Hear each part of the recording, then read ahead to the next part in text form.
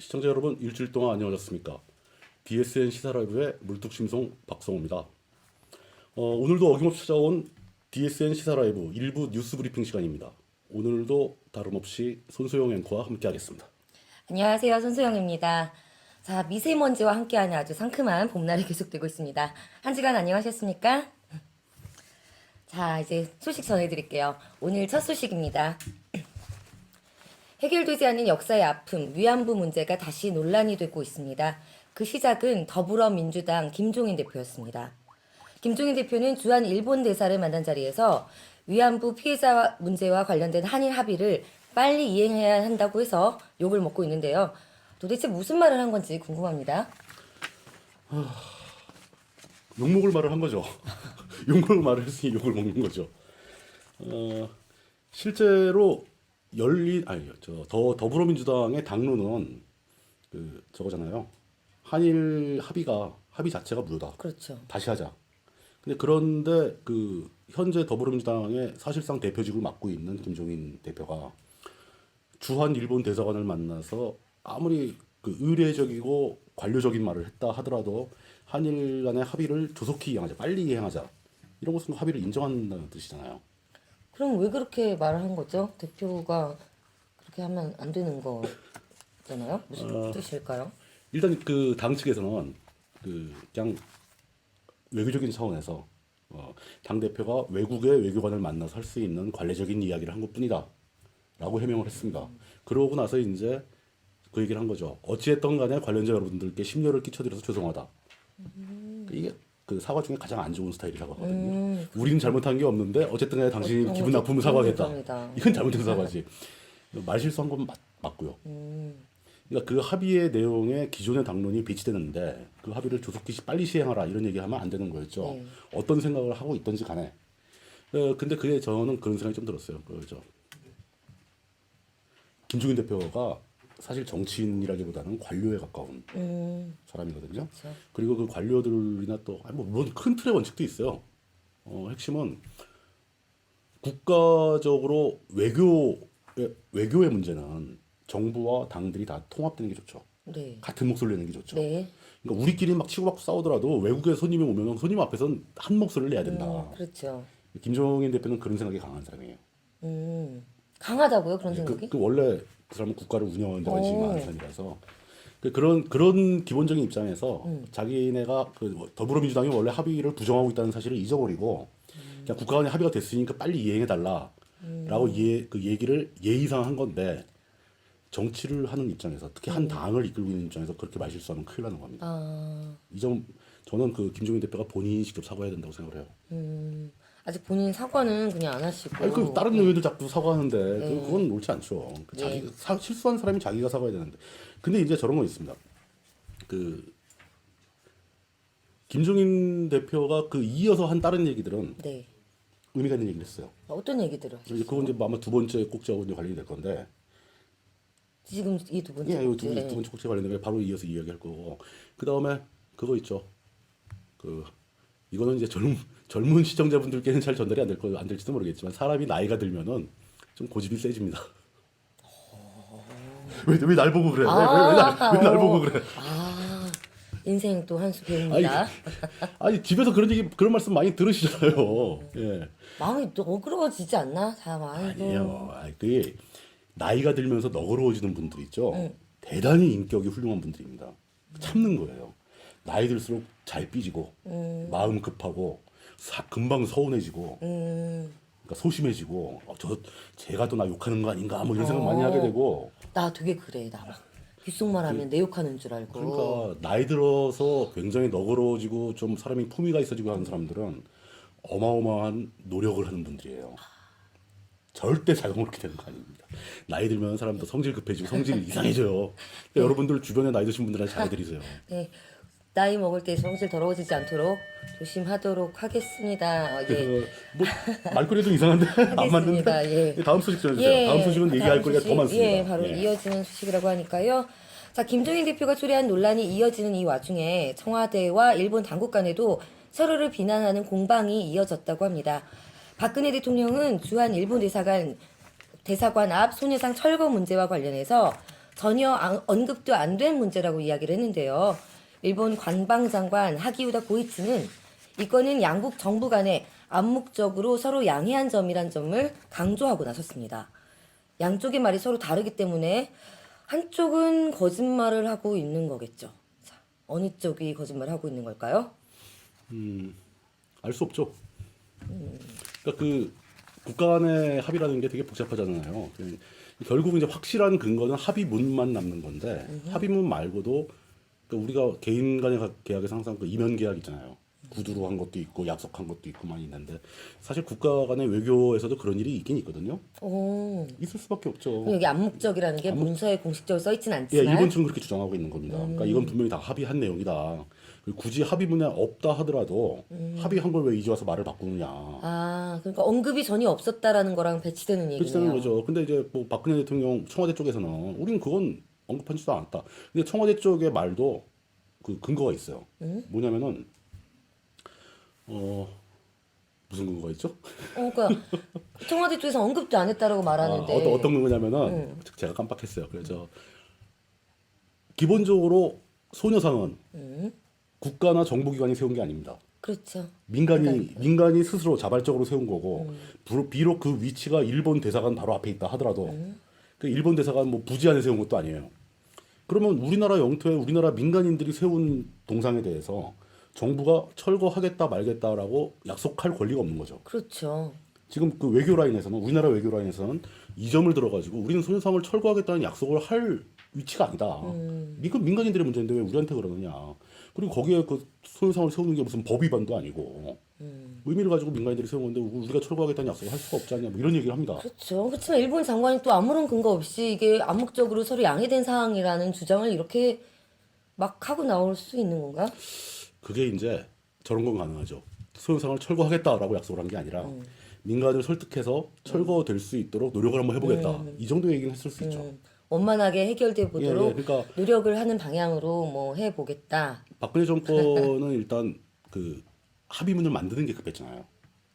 그러니까 아베 쪽과 그 소유상 그 한일 위안부 문제에 대해서 어떤 명시적인 합의를 했다라는 거에 대한 정치적 가치를 노린 거기 때문에. 그게 너무 졸속되면 더 욕을 많이 하는 거 당연하죠. 있잖아요. 그 그러니까 그 국가 간의 외교를 그렇게 급하게 처리하면 안 되는 거예요. 급하게 하다 보니까 이런 잡음이 계속 따라오는 겁니다. 그러게요. 그냥 번갯불에 콩 굽까 먹듯이 너무 좀.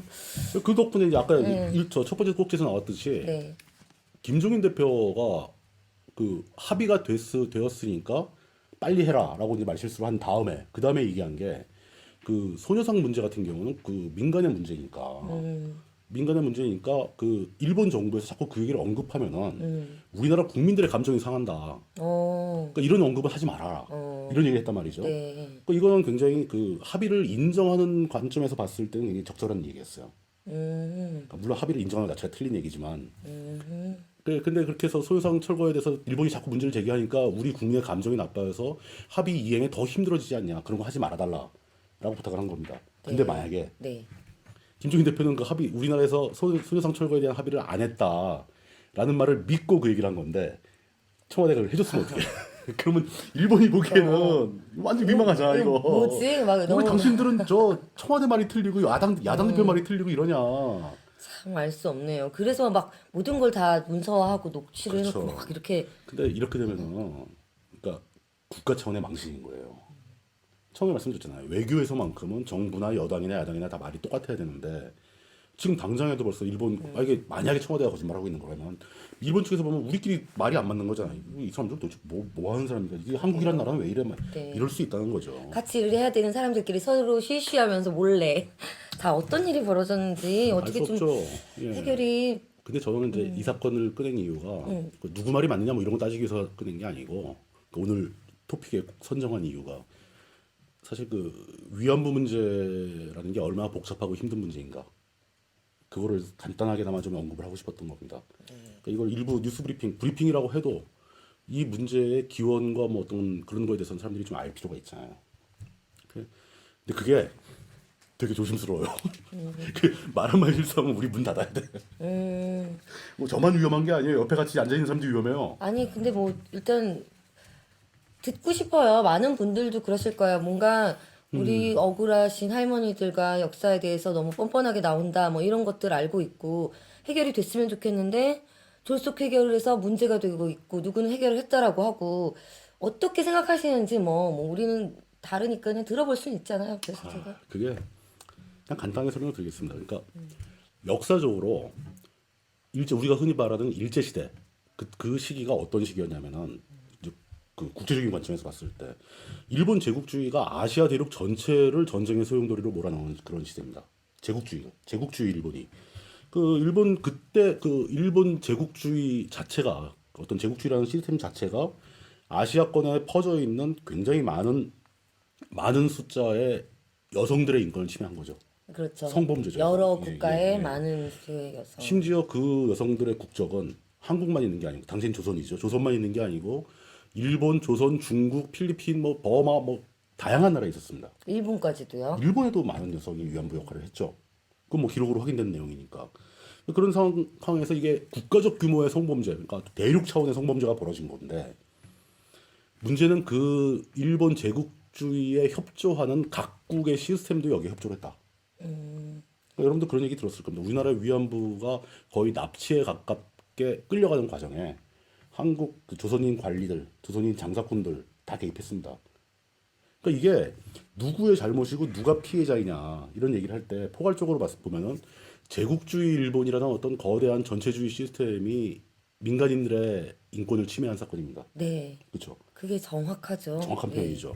근데 거기 그 상황에서 그 당시의 사회 시대 분위기를 보게 되면은 그런 성범죄에 의한 피해를 입었다는 사실 자체가 피해 여성들에게는 발설할 수 없는 내용이었어요. 그렇죠. 그거 예. 뭐 지금도 쉽지 않은 기록도 없어요. 일이니까. 증언도 없고. 그러다 보니까 어떤 문제가 생기냐면은 이런 그 위안부 문제가 역사적으로 있었다는 사실조차가 90년대까지는 사회적 이슈도 안 됐어요. 물 이루고 있지 않았군요. 그냥 다 숨어 있는 거죠. 피해를 당한 여성들을 그냥 입 다물고 결국 생을 마치고 죽거나. 그게 바로 실종- 2차, 3차 피해잖아요. 그분들. 계속 피해가 확산되고 있는 거죠. 더 끔찍한 일이에요. 그러다 이제 90년대에 들어와서 이게 정신대 문제라고 해가지고 이제 사회적 이슈가 됐는데 정신대라는 표현도 틀린 겁니다. 정신대는 원래 위안부랑 정신대요. 위안부랑 다른 거죠. 정신대는 그 원래는 정신대가 공장에 가서 일하는 공장 직공을 모집하는 거였어요. 예. 근데 그때 여성 직공을. 그러니까 뭐 그 일본이 전쟁 문자가 딸리니까 군수 공장에서 여성들이 바느질해서 군복 만들어야 되잖아요. 거기 일하는 거다. 거기 가면 돈도 주고 먹여주고 재워주고 다 한다라고 속이고 위안부를 데려간 거죠. 사기잖아요. 사기 정도가 아니죠. 이건 거의 살인에 가까운 행위죠. 그래서 민간업자도 많이 개입돼 있고 조선인 관리도 개입돼 있고 심지어 마을 단위 어떤 읍장 뭐 이런 사람들 이장 읍장들은 개새끼들 아니야? 이웃이잖아. 이거 안 데려오면은 마을 전체를 다 쑥대밭이 만들겠다 이런 협박도 받았고 그러면 또 갑자기 개새끼 아닌 그 사람도 그럼 역사라는 게 일방적인 범죄자도 없고 일방적인 피해자도 없는 거예요 항상. 그런 역사에 쭉 오게 되면은 다 우리가 정리 한번 해봅시다. 이 범죄는 제국주의 일본이 아시아 여성 전체를 상대로 한 범죄예요. 네. 근데 문제는 우리가 이 이야기를 역사적으로 다시 한번 재인식하자라고 얘기하는 순간 우리 사회에서는 최소한 90년대 이후로 이게 일본 민족과 조선인들 사이의 문제가 되는 거예요. 국가 감정, 한국과 일본의 국가 감정 또는 한민족과 일본 민족 사이의 민족 감정으로 발화가 된다고.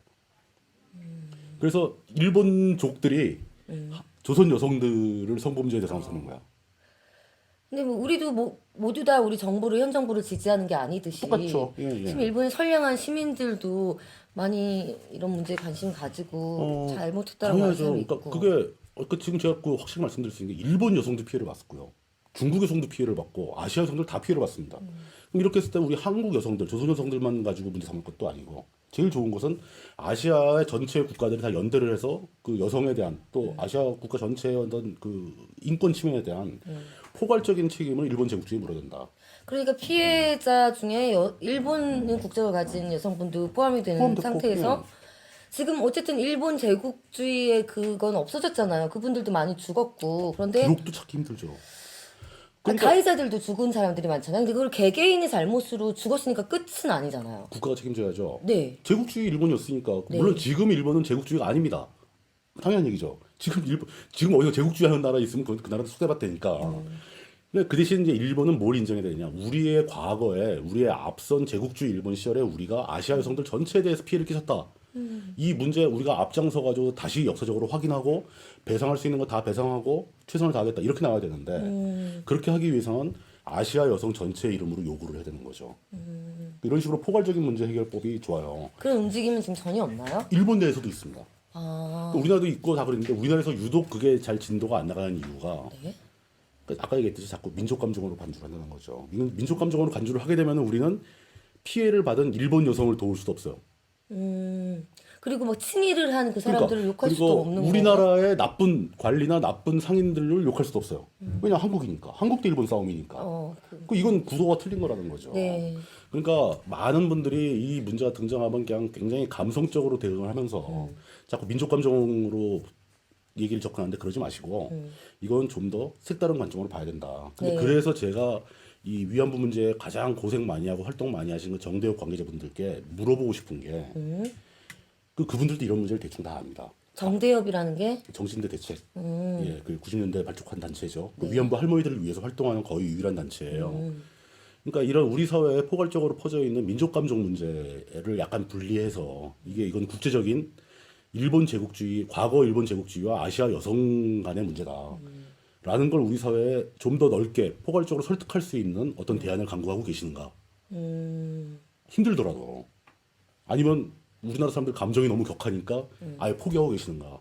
그래도 우리는 해야 되지 않겠는가? 그렇죠. 감정이 격해지는 거를 만들어가는 게 중요한 게 아니라 정말 그렇죠. 일을 해결해야 되니까. 그 일을 해결해야 되고 지금 뭐 그럼 독일이나 뭐 이런 경우들은 어때요? 일종의 모델이죠. 그러니까 독일이 그 나치의 잘못을 굉장히 독일은 논리적으로 잘 사과를 합니다.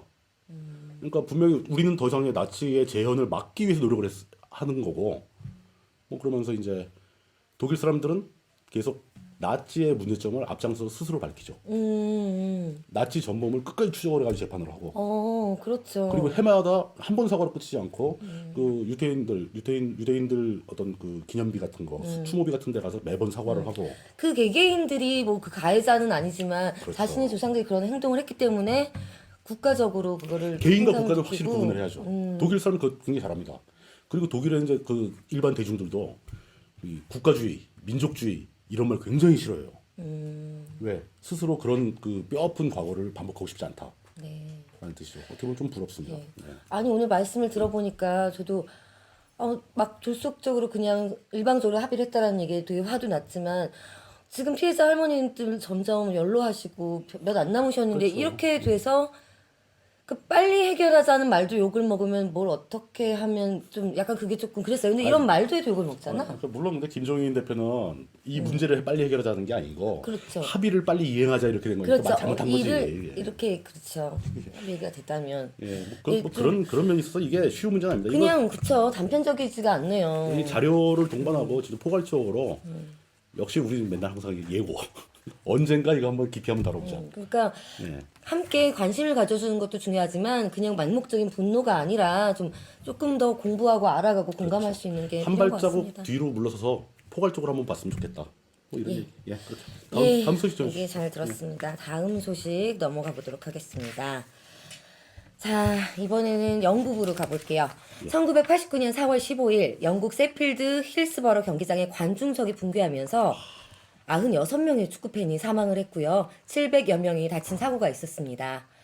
당시 경기장 경비를 맡았던 사우스 요크셔 경찰은 술 취한 축구팬들이 난입한 것이 사고의 원인이라며 관중에게 책임을 돌렸습니다. 그러나 현지 시각으로 4월 26일 내려진 판결에 따르면 배심원단은 당시 안전을 책임질 경찰이 경기장에 발 디딜 틈이 없었음에도 경기장 출입구를 개방시켜서 참사를 야기했다고 경찰에 책임을 묻는 결론을 내렸다고 합니다. 사고의 피해자 유족들은 무려 27년간이나 진상 규명을 요구해왔고요. 2009년도에 조사위원회가 경찰 측의 책임을 인정한 이래 급기야 이번에 최종 판결이 나온 겁니다. 참혹한 사고가 발생했을 때 진상 규명이 어려운 곳, 영국이나 뭐 이 일을 보면서 좀 생각나는 게 많네요. 많은 걸 연상시키는 예, 사건이었죠. 너무 오래 걸렸어요. 이거 왜 이렇게 오래 걸렸을까요? 그러니까 문제 해결이라는 게 쉽지 않다. 특히 사회적으로 규모가 있고 피해자가 많고 또 시스템 자체가 관여되어 있는 문제에서는 그 책임의 소재를 규명하는 것도 힘들고 그냥 뭐 굉장히 복잡한 겁니다. 그런데 시스템이 편하려고 만든 시스템인데 그것 때문에 복잡해서 일 처리를 못한다면 그 시스템이 잘못된 거죠. 잘못된 거죠. 그러니까 아직 인류 문명이 만들어낸 시스템이 그러니까. 작동이 잘 안 된다는 거죠. 그러니까 지금 편하려고 만들어낸 화폐 때문에 여기서는 음식이 버려지는데 저기는 사람이 죽고 지금 이 사람들이 89년이면 언제야? 그래서 막 진짜 꼬꼬마 때 아니에요. 그때부터 진상 규명을 27년 동안 그 사람들 한 번뿐인 인생은 뭐가 돼? 지금 그 사진을 보셨는지 모르겠는데 사진에 그게 2014년 4월에 그 런던 웸블리 구장에서 열린 FA 4강전 경기 모습이에요. 그 관중석에 자리를 96석을 다 비워놓고 거기다 리버풀 이제 머플러를 다 걸어놓은 거예요. 그 죽은 분들을 추모하는 움직임이었던 거죠. 근데 그게 어떤 메커니즘이 있는 거냐면은 잘 돌아가던 시스템이 붕괴하면서 이제 대량의 인명 피해를 냈습니다. 자, 이 문제를 진상을 규명해야죠. 진상을 규명하려면 진상을 규명해야 책임자를 처벌할 수 있으니까. 그죠? 네. 당연 수순입니다. 그렇죠. 진상 규명, 책임자 처벌, 그다음 단계는 재발 방지. 네. 이 3단계가 가야 되는 거죠. 진상을 규명하는 단계에서 그 진상을 가장 잘 알고 정보를 가장 접하기 쉬운 사람들. 이 사람들이 대부분 책임자예요.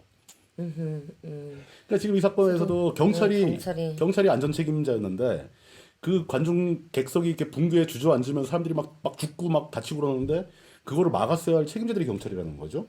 그럼 그 사고의 원인도 경찰이 제일 잘 알아요. 근데 그걸 진상을 제대로 규명하면 처벌받아야 할 사람들도 자기라는 거 하는 거죠. 그럼 이 사람들은 본능적으로 진상 규명을 싫어하게 되는 겁니다. 그렇지만 왜 직업 윤리라든지 명예 뭐 이런 거 있잖아요. 그렇죠. 명예가 한 단계 뒤의 문제이기 때문에 지금 당장 내가 경찰에 잘리면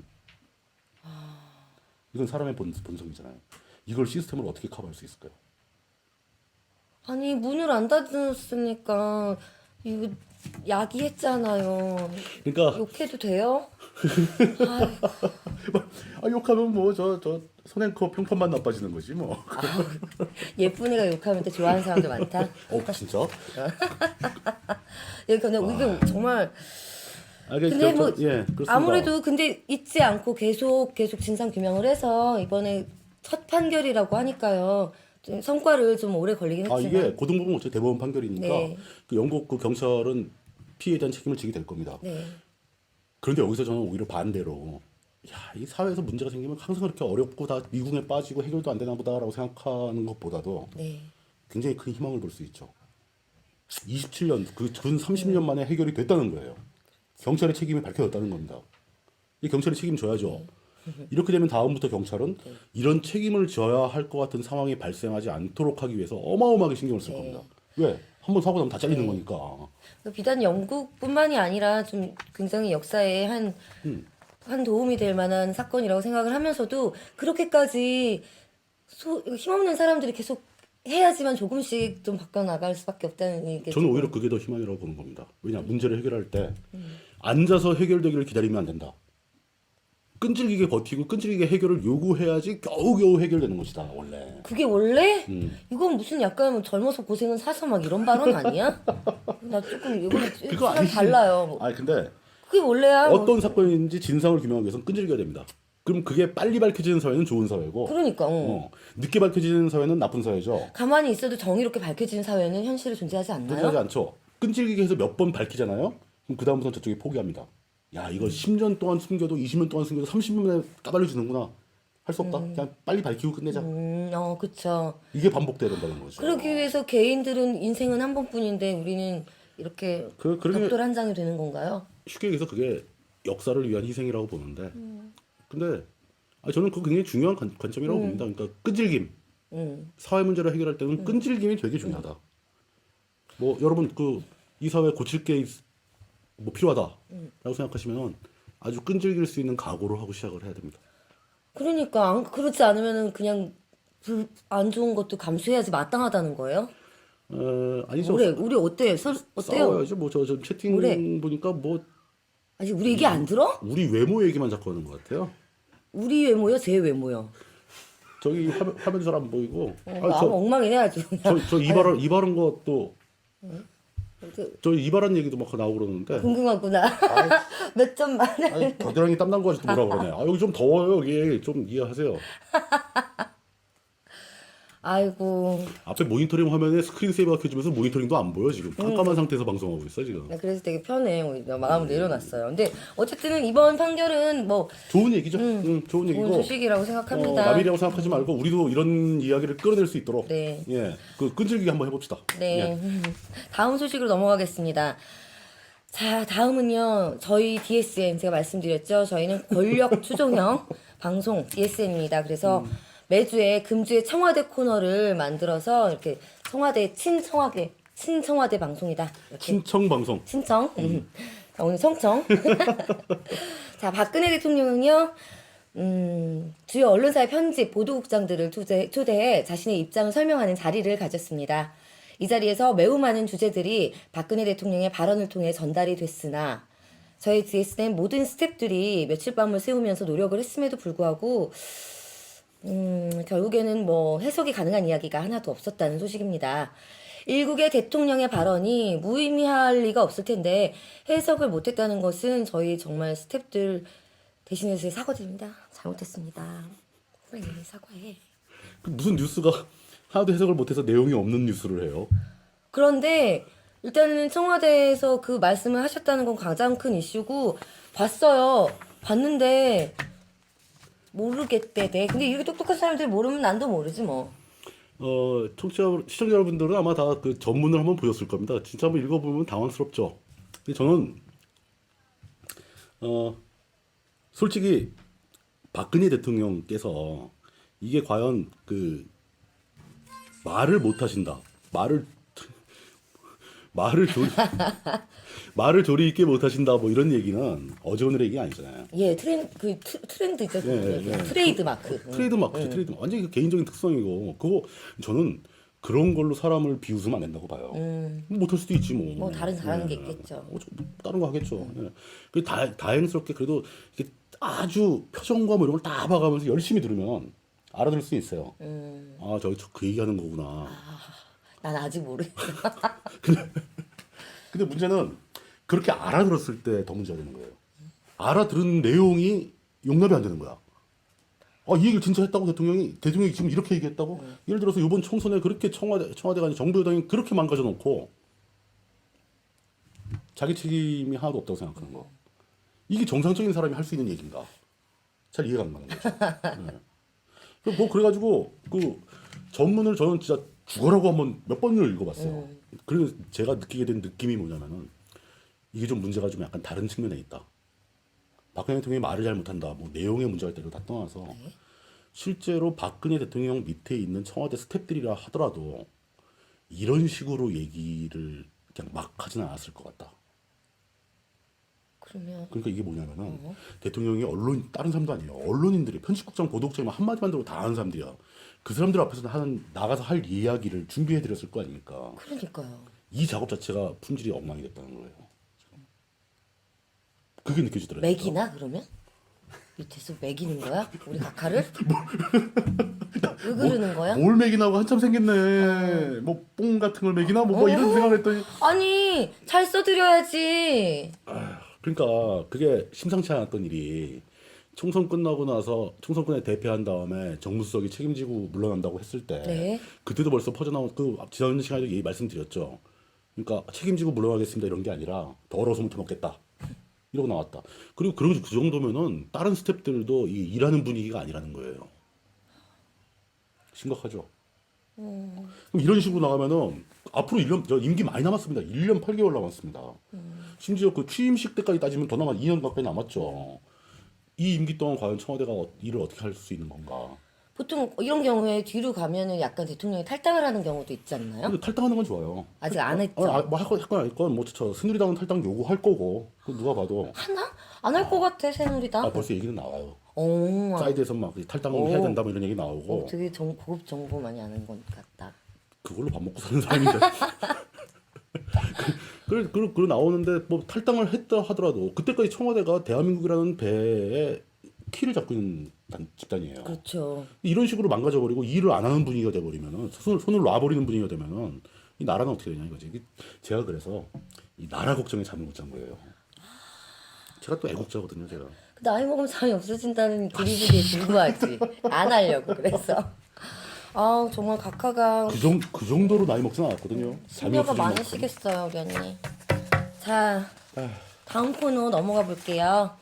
이번 주 금주의 청와대 코너는 솔직히 말씀드리면은 각하가 너무나 많은 이야기를 해서 고를 수가 전문을 없어서 한번 고를 수가 읽어보시면 좋을 것 같습니다. 지금 뭐 각종 뉴스에도 많이 나오고 있고 저희뿐만 아니라 다른 매체에서도 조금 해석 자체가 좀 그래서인지 전문을 많이 쉽게 찾아볼 수 있더라고요. 그러니까 열렸어요. 열렸으니까 우리 모두 독해력을 가지고 조금 더 충정하는 마음으로 해석해보면 우리가 이 괜찮을 것 얘기하고 있는 같아요. 자막은 벌써 녹두장군 나왔다. 왜 이래?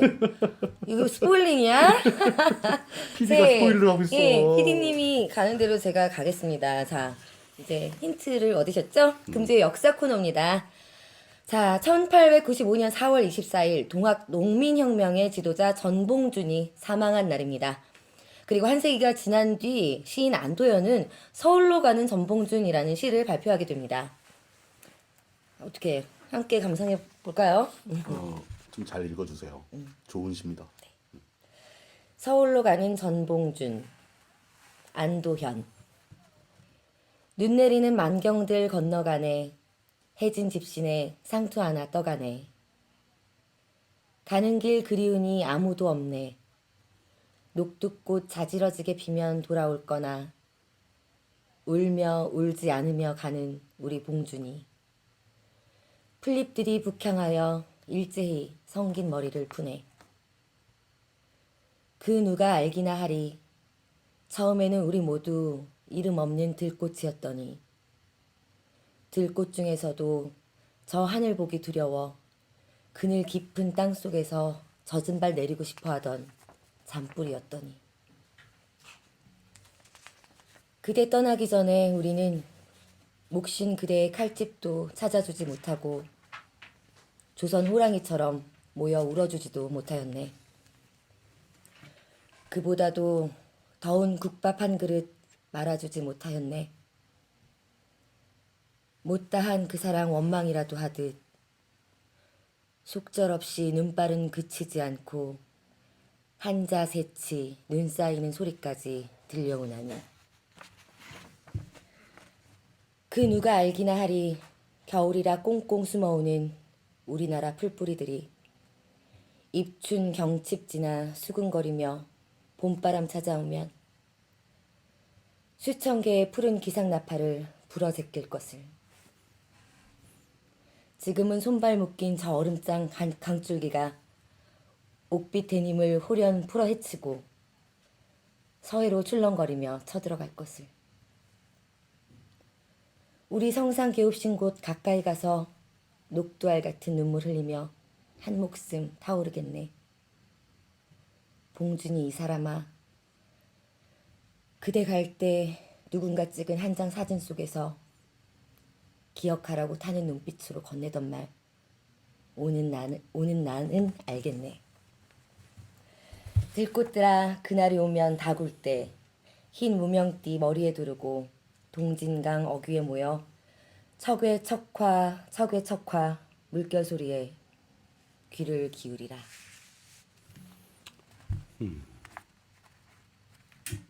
평소에 그 안도현 시인의 시를 좀 읽어보셨나요? 저요? 그냥 저 간장게장 그거 보고 울었어. 그 제목 간장게장 아닌가? 어떻게 연탄불 뭐 그런 거. 연탄불. 근데 근데 참 그 전봉준에 대한 이야기는 굉장히 많은 걸 떠올리게 하죠.